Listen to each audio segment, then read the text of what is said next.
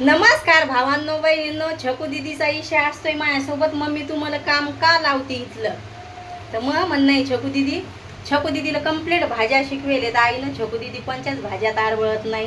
पण आईचं म्हणणं आहे छकू दिदी भाज्या पोळ्या इसरली नाही पाहिजे.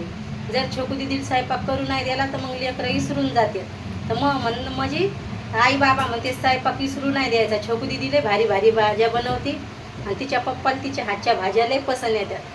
आता आपल्याला 2 जार पाणी घेणं लागायला लागले एका दिवसाचं.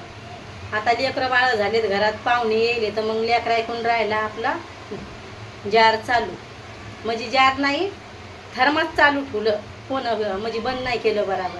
तर आता ताई टेन्शनमध्ये बसेले. एक तर एक टायमाच्या टायमावर इथलं पण घरातलं पाणी टायमाच्या टायमावर येते आणि एक आता आपले दोन्ही पण हे थर्मास खाली वळलेत. छकू अशी पाय ग, हा पा हे 2 थर्मास खाली वळले. तर आता ताईला स्वयंपाक करायचा आहे तर तुमची ताई मुकीच बसेल. दाजी घरातलं पाणी ते टाका ते नसते तर ते म्हणते घरातलं पाणी नाही घ्यायचं. तर आता आपल्याला कोणचंच पाणी नाही. ताईनं आता का तरी पण दोन्ही घरं घासून घेतले.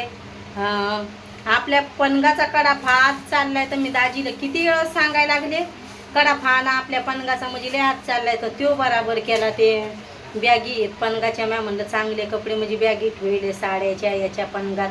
तर मग भैया म्हणे मम्मी तू काय कर म्हणे असं कर म्हणे त्याच्यावर काहीतरी तू नरम कपडे ठेवी ना तुझ्या साड्याचा नाश होईल म्हणजे आपला पलंग लय कडा फात चाललाय. तर तुमच्या ताईनं सकाळपासून एवढी मेहनत केली.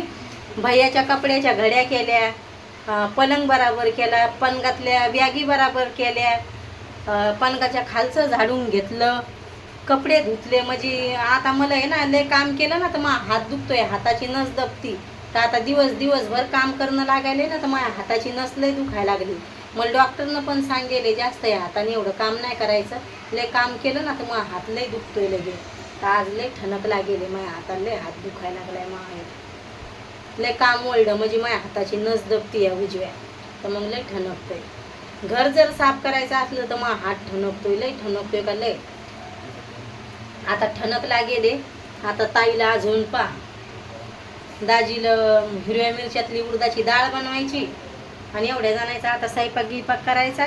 म्हणजे आता डाळ पण बनवायची म्हणजे 2 भाज्या दर दिवसच अलग बनावं लागतात. आता छकू दिदीनं लय मदत केली आहे. छकू दिदीला काम करू लागते ही छकू दिदीनं सगळे घरातले कामं केले. मला म्हणते तूच करशील मम्मी म्हणजे लेक कधीच ऐकत नाही आपली. सारखी कामं ती म्हणती सारखी कामं सांगते. आता पाहुणे आल्यामुळं मग जास्त कामं वाढले. 3 जण वाढलेत ना त्याच्यामुळं मग कामं वाढले. आता 7 जण झालो आता आम्ही.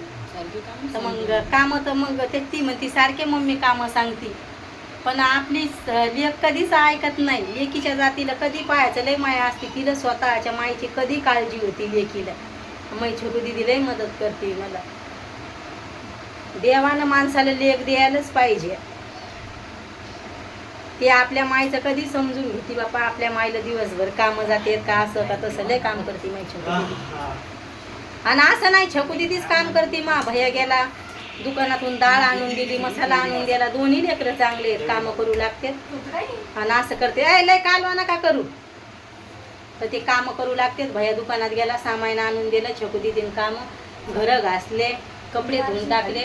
आणि आता पाण्यावाल्या दादाची वाट पाहायला लागली. जे पाणी होतं त्याच्यात म्हणलं आपण आता डाळ शिजून घ्यावा. आता ताईला लसण गिसण सोलायचं आहे, स्वयंपाकाची तयारी करायची आणि पाणी यायला असं होतं. आणि आज हात पण लय दुखायला लागलाय कामं करू असं झालं. 7 जण आहेत आता आम्ही. दिवसभर छकू दिदीनं मग काम करायचे. आता कंप्लीट कामं केले. परिवार किती असो आपल्याला गदळ आवडत नाही. जिथल्या तिथं असलं तरच मला घरात करमते नाही. असं केलं. बाथरूम घासून घेतले दोन्ही. आणि मग असं घरात बाथरूम आंघोळीचे याचे असले तर लय सोयी घ्यावा लागतात. डेटॉल टाकू हे करते. हे बाथरूम धुतलं मग आंघोळीच्या बाथरूम मध्ये डेटॉल टाकलं. आता लय बाटली संपली. आता डबल भयाला म्हणलं आणि फिनायला आणलं ना घरं पुसायला.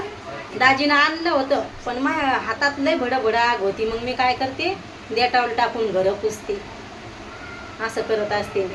आणि फिनाईल वापरलं ना तर मग लय हाताची आग होती लगे.